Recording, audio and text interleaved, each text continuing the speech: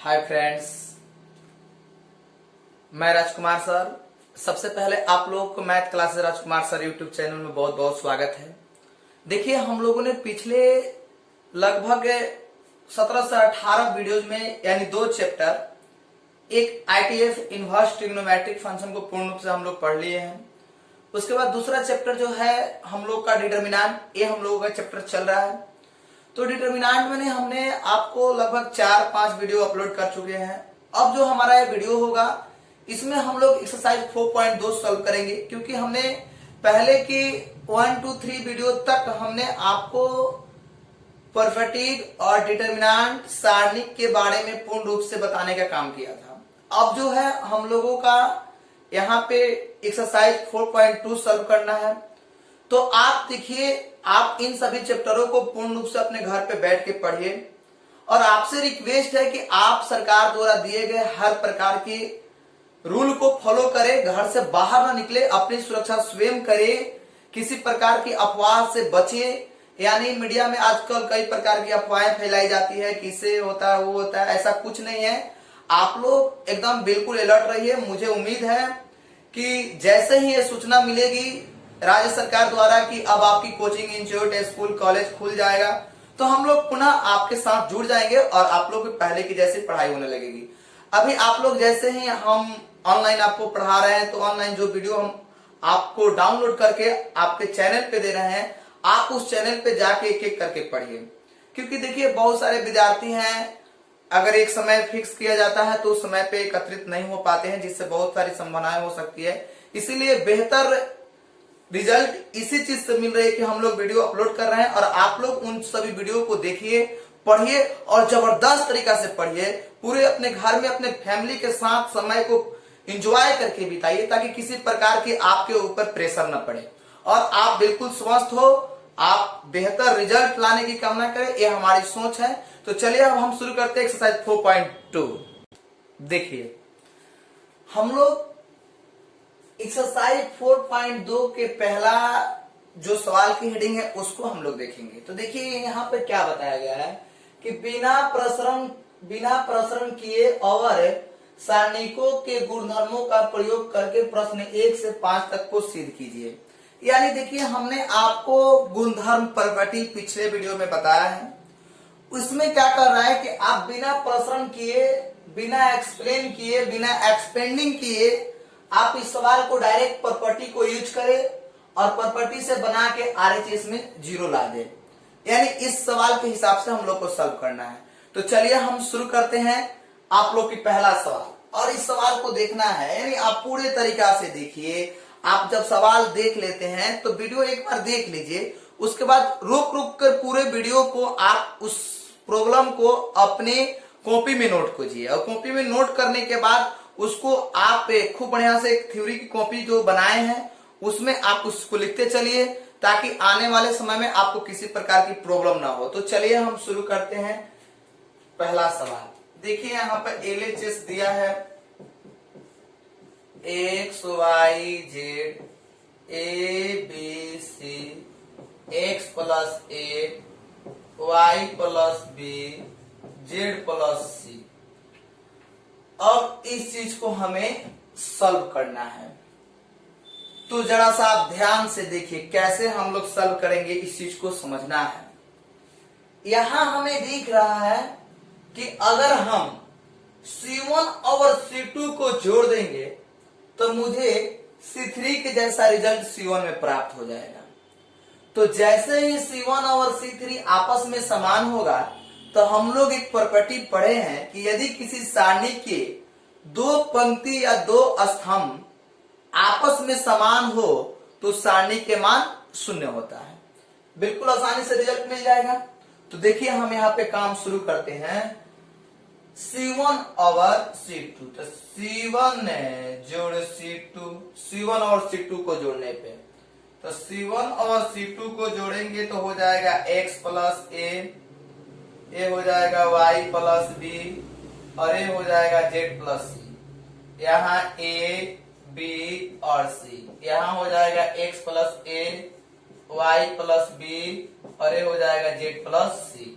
अब देखिए, आप यहाँ देख सकते हैं यहाँ C1 और C3 के प्रत्येक सदस्य जो है आपस में समान है। तो C1 और C3 के प्रत्येक सदस्य आपस में समान है। तो याद कीजिए, आप प्रॉपर्टी पढ़े हैं कि यदि किसी सारणी के दो पंक्ति या दो स्तंभ आपस में समान हो तो उस सारणी के मान शून्य होता है। तो यहाँ पे C1 और C3 दोनों सारणिकों के स्तंभ क्या है, समान है, अतः इसका मान क्या हो जाएगा, शून्य के बराबर हो जाएगा। तो हम डायरेक्ट लिख सकते हैं 0 RHS। और आपको हमने कई बार इस बात को बताया, अगर आप चाहेंगे तो यहाँ पर लिख सकते हैं कि हम जानते हैं कि यदि किसी सारणी के दो पंक्ति या दो स्तंभ आपस में समान हो तो उस सारणी के मान शून्य होता है। तो देखिए यहाँ पे दो स्तंभ जो है आपस में क्या है, समान है, तो इस सारणी के मान क्या हो जाएगा, शून्य हो जाएगा। तो चलिए अब हम लोगों ने पहला सवाल को सॉल्व कर लिया। अब इसके आगे जो है उसको देखते हैं। देखिए अब हम लोग का सवाल है 2 नंबर। 2 नंबर सवाल क्या है, जरा सा ध्यान से आप देखिए। यहाँ पे 2 नंबर सवाल दिया है कि a minus B, B minus C, C minus A R1 के सदस्य हो गए, b minus C, C minus A, a minus B R2 के हो गए, c minus A, a minus B, B minus C, ये आपके R3 के सदस्य हो गए। अब इस चीज को हमें सॉल्व करना है, यानी गुणधर्म को यूज करके जीरो लाना है। तो इसके लिए हम लोग सबसे पहले काम करेंगे कि LHS लिखेंगे। देखिए हम जैसे ही LHS लिखे, a minus B, b minus C, c minus A, b minus C, c minus A, a minus B, यहाँ c minus A, a minus B, b minus C. अब इस चीज को R1, अगर हम यहाँ एक चीज आप देख सकते हैं कि R1 में R2 को जोड़ दे, तो R1 में R2, तो R1 के सदस्य हैं a minus B, b minus C, c minus A. तो इस चीज को आसानी से अगर हम लिख दे ऐसे कि a minus B plus b minus C, तो देखिए b से b कट गया और आपका क्या बच जाएगा, a माइनस सी। तो चलिए हम यहाँ पे ऐसे काम करते हैं, इस चीज को ऐसे लिखते हैं a minus B plus b minus C, तो minus b plus minus cut जाएगा, तो बच जाएगा a माइनस सी, यहाँ बच जाएगा b माइनस a, यहाँ बच जाएगा c माइनस b, और यहाँ हो जाएगा b minus C, c minus a, a minus b, यहाँ हो जाएगा c minus a minus b minus c। अब आइए, जब ये रिजल्ट आपको मिल गया तब इस चीज को आप ध्यान से देखिए, देखेंगे तो आप पाएंगे कि R1 और R3 के अवयव तो समान दिख रहे हैं बट साइन में डिफरेंस है। तो अगर आप R3 से माइनस कॉमन कर लेते हैं तो मुझे उम्मीद है कि आपको रिजल्ट मिल जाएगा। तो देखिए आप c माइनस ए, अगर माइनस कॉमन करेंगे तो a माइनस सी मुझे मिलेगा। तो हम यहाँ पे ऐसे काम करते हैं, a minus C, b minus A, यहाँ c माइनस b, यहाँ b minus C, c minus A, a minus b, और यहाँ से हम कॉमन करके लिखते हैं। कॉमन करेंगे तो माइनस बाहर होगा, तो ये हो जाएगा a minus C, b minus a, c minus b। अब देखिए आप ध्यान से R1 और R3 को देखिए, R1 और R3 के सदस्य जो हैं यहाँ पर क्या है, समान है। तो R1 R3 के सदस्य जब समान है तो इस सारणी के मान क्या हो जाएगा, शून्य हो जाएगा, यानी delta LHS equal to minus गुने 0, तो यानी क्या हो गया 0, तो आपका आ गया क्या, RHS। यानी इस तरह से हम लोगों ने 2 सवाल को सॉल्व कर लिया। तो आप इन सभी सवालों को जरूर अपने कॉपी में नोट कीजिए, वीडियो रोक दीजिए, नोट कर लीजिए, समझ लीजिए, तब फिर अगला सवाल देखिए। तो चलिए अब हम इसके कड़ी में आगे बढ़ते हैं। देखिए 3 नंबर सवाल, ये 3 नंबर सवाल है 2, 3, 5, 7, 8, 9, 65, 75 और 86। इस चीज को इस गुणधर्म के उपयोग करके हमें बनाना है। तो इसके लिए हम लोग क्या करेंगे जरा आप समझिए। क्या हम LHS में इस चीज को लिख सकते हैं 2, 3, 5, 7, 8, 9, 63, 2, यहाँ पे 72 जोड़ 3 और यहाँ पे 81 जोड़ 5 आसानी से लिख सकते हैं। याद कीजिए कि सारणी के पंक्ति और स्तंभ में अगर कोई दो राशि योग के रूप में हो तो उसको अलग अलग सारणिकों के रूप में लिख सकते हैं। याद कीजिए प्रॉपर्टी हमने आपको पढ़ाया है। अब इस चीज को हम 2 3 5 7 8 9 63 72 81 जोड़ अलग अलग कर सकते हैं। तो अलग अलग करेंगे 2 3 5 7 8 9 और यहाँ पे 2 3 5 आप देख सकते हैं। याद कीजिए ये भी प्रॉपर्टी आपको याद आ गया होगा कि यदि किसी सारणी के दो पंक्तियां दो स्तंभ आपस में समान हो तो सारणी के मान शून्य होता है। तो यहाँ जब हम यहाँ पे देखेंगे कि इसका मान शून्य हो गया तो शून्य को इसमें जोड़ने पर कोई अंतर नहीं पड़ेगा। तो फिर इसको हम दो भागों में तोड़ रहे हैं। ये तो 0 हो गया तो इसको तोड़ेंगे तो आएगा 2 3 5 7 8 9। इसको क्या हम लिख सकते हैं 9 गुने 7 9 गुने 8 और 9 गुने 9 बोलिए प्लस 0। इसका मान 0 आ गया। अब जब हम 9 गुने 9 लिखे तो इसमें देखिए 9 9 कॉमन दिखने लगा। तो जैसे ही 9 9 कॉमन दिखा हम एक काम तो आसानी से कर सकते हैं यहाँ कि यहाँ से 9 कॉमन ले लेंगे। यानी लिख सकते हैं कि C3 में से 9 कॉमन करने पर C3 में से 9 कॉमन करने पर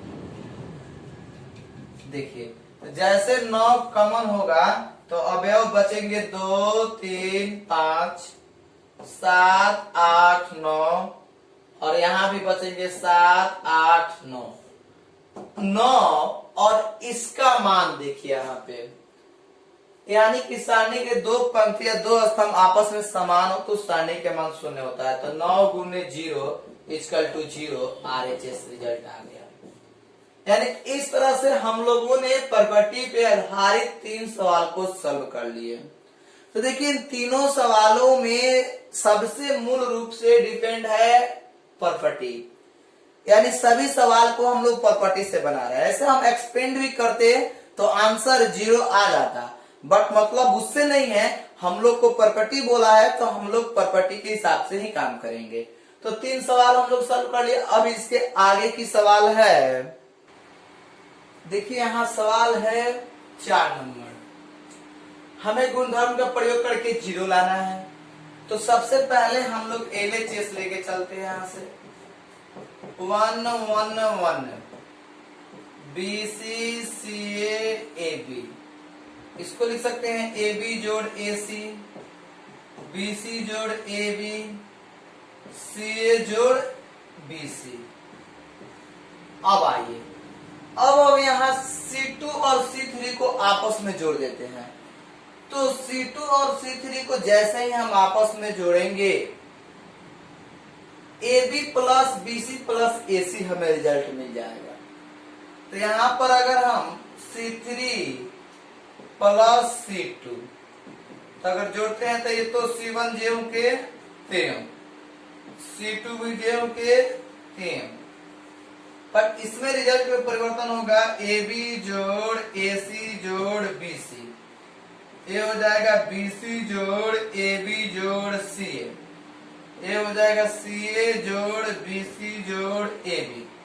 आप देख सकते हैं AB जोड़ BC जोड़ AC, चाहे AC जोड़ AB जोड़ BC देखिए कोई अंतर पड़ने वाला नहीं है।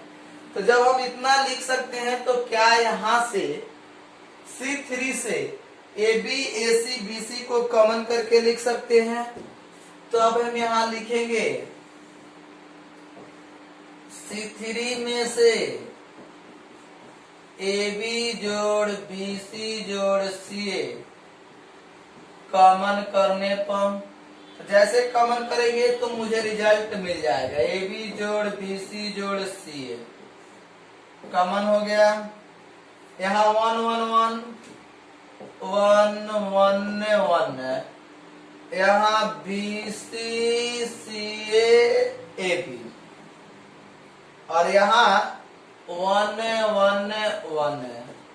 अब आप याद कीजिए, आपको एक प्रॉपर्टी याद आता होगा कि यदि किसी सारणी के दो पंक्ति या दो स्तंभ आपस में समान हो तो सारणी के मान शून्य होता है।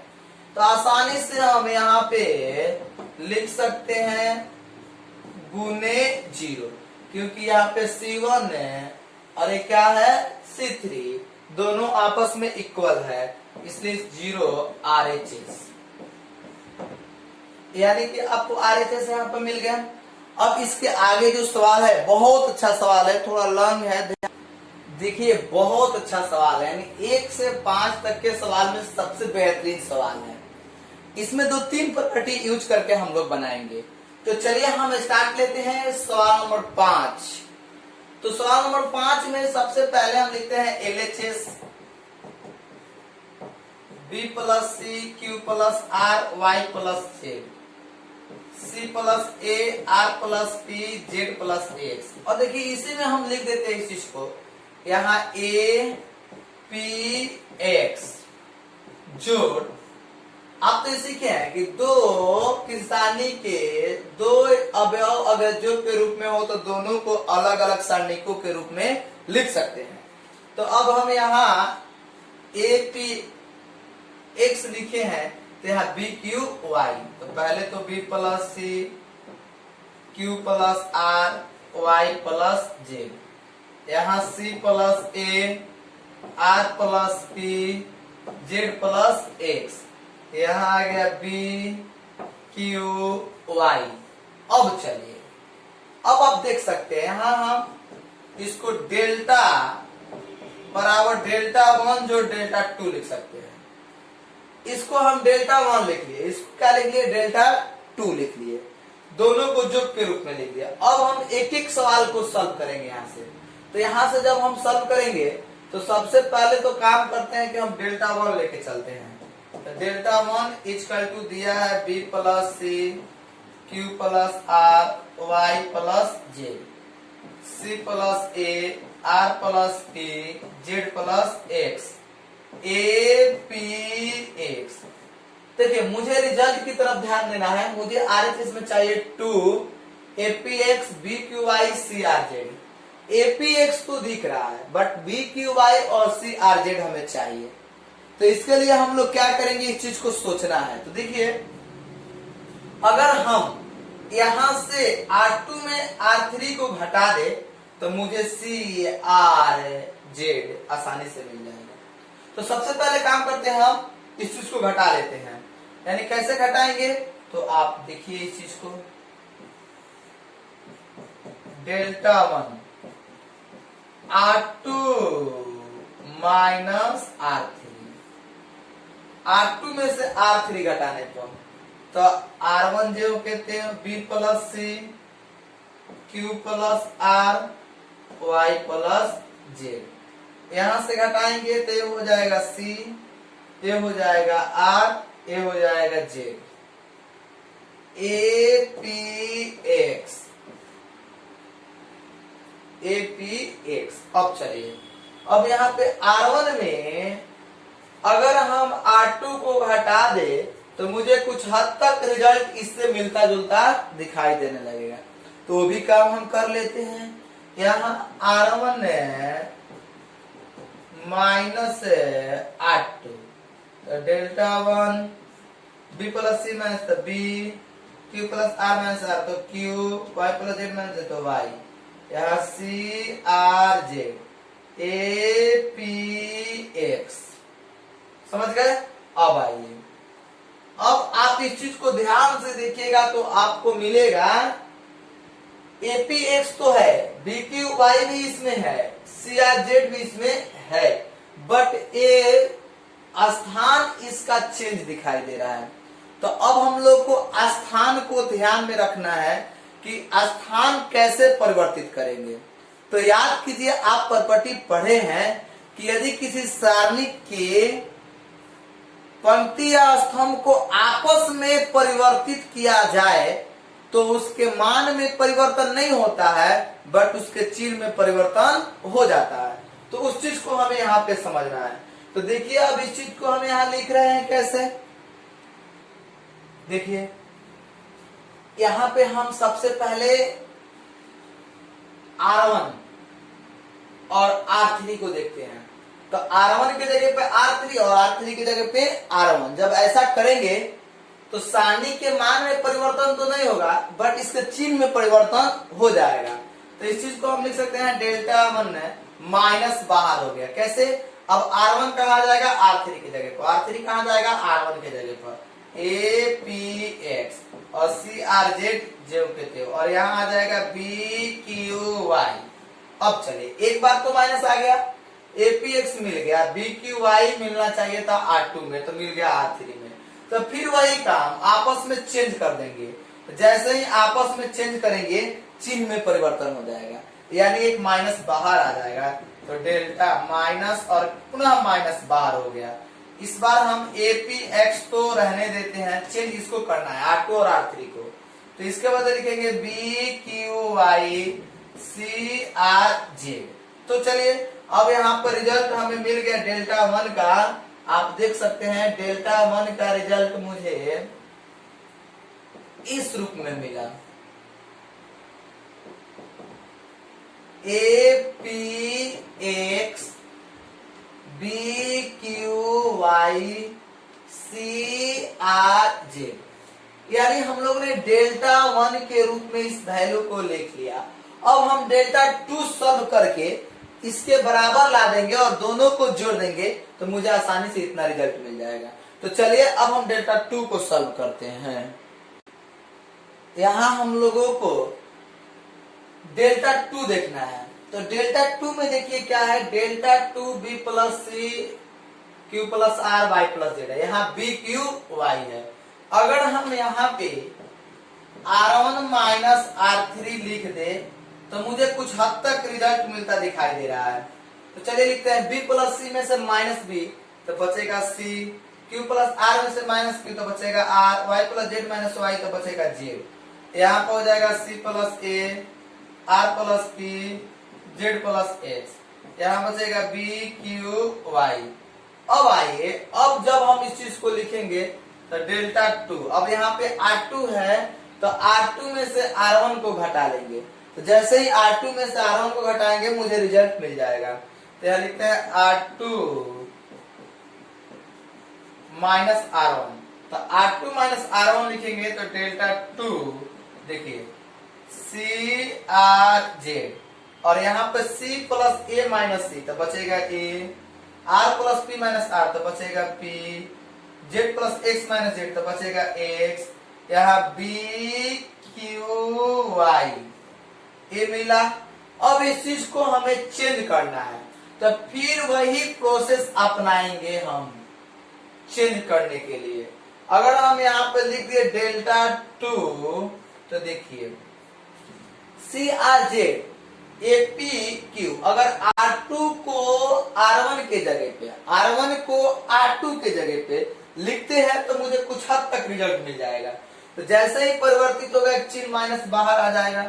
तो यहाँ हो जाएगा APX और यहाँ हो जाएगा CRZ और BQY के 3।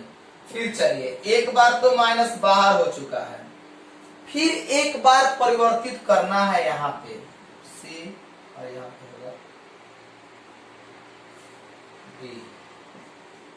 अब यहाँ पे परिवर्तित करना है तो यहाँ BQY है, यहाँ CRZ है। तो BQY और CRZ इसको परिवर्तित करना है। तो इसको परिवर्तित करने के लिए हम लोग क्या कर सकते हैं, जरा ध्यान से देखिए। CRZ BQY जब आपस में परिवर्तित होगा तो पुनः माइनस के चिन्ह बाहर आएगा। तो यहाँ हो जाएगा APX और यहाँ BQY CRZ। तो अब आप इस प्रकार से देख सकते हैं, माइनस माइनस गुना प्लस हो गया और यहाँ रिजल्ट आ गया APX BQY CRZ, यानी आपको डेल्टा 2 मिल गया। अब डेल्टा 1 और डेल्टा 2 दोनों हम जोड़ देंगे तो मुझे इतना रिजल्ट मिल जाएगा। तो देखिए हम दोनों को अब जोड़ने, देखिए डेल्टा 1 और डेल्टा 2 दोनों को जोड़ना है। तो यहाँ पर डेल्टा 1 के मान यहाँ पर पहले से ही हम लिख चुके हैं APX BQY और एक CRZ प्लस डेल्टा टू के मान a p x b q i और सी आर जेड, यानी डेल्टा वन और डेल्टा टू दोनों को जोड़ देंगे तो 2 मिल जाएगा, तो 2 बार हो गया। और यहाँ पे a p x b q i c r z, यानी आपका RHS रिजल्ट मिल गया। तो देखिए इस वीडियो में हमने 1 से 5 तक सवाल जो है उस प्रॉपर्टी के आधार पे हमने सॉल्व कर लिया। तो आप इन सभी सवालों को कॉपी में नोट कीजिए, अच्छा से पढ़ाई कीजिए, और आपसे रिक्वेस्ट है कि आपका चैनल है, आप इस चैनल को ज्यादा से ज्यादा अपने बड़े भाई बहन के पास और दोस्तों के पास, विद्यार्थियों के ग्रुप में ज्यादा से ज्यादा शेयर कीजिए, ताकि चैनल को भी ज्यादा से ज्यादा विद्यार्थियों तक पहुंच पाए और ज्यादा से ज्यादा विद्यार्थी इस चीज का लाभ उठा पाए। तो आपसे रिक्वेस्ट है, आप जरूर इस काम को करेंगे और आप इन सब चीज को लिखिए। जो दिक्कत होती है आप मेरे व्हाट्सएप नंबर 9546450191 पे जरूर मैसेज कर सकते हैं कि सर मुझे इस सवाल में एक प्रॉब्लम हो रहा है, तो हम जरूर इसको सॉल्व करके आपके पास तक पहुंचाने का काम करेंगे। तो चलिए इस वीडियो में यहीं तक, फिर हम आपसे मिलेंगे अगले वीडियो में इसके आगे।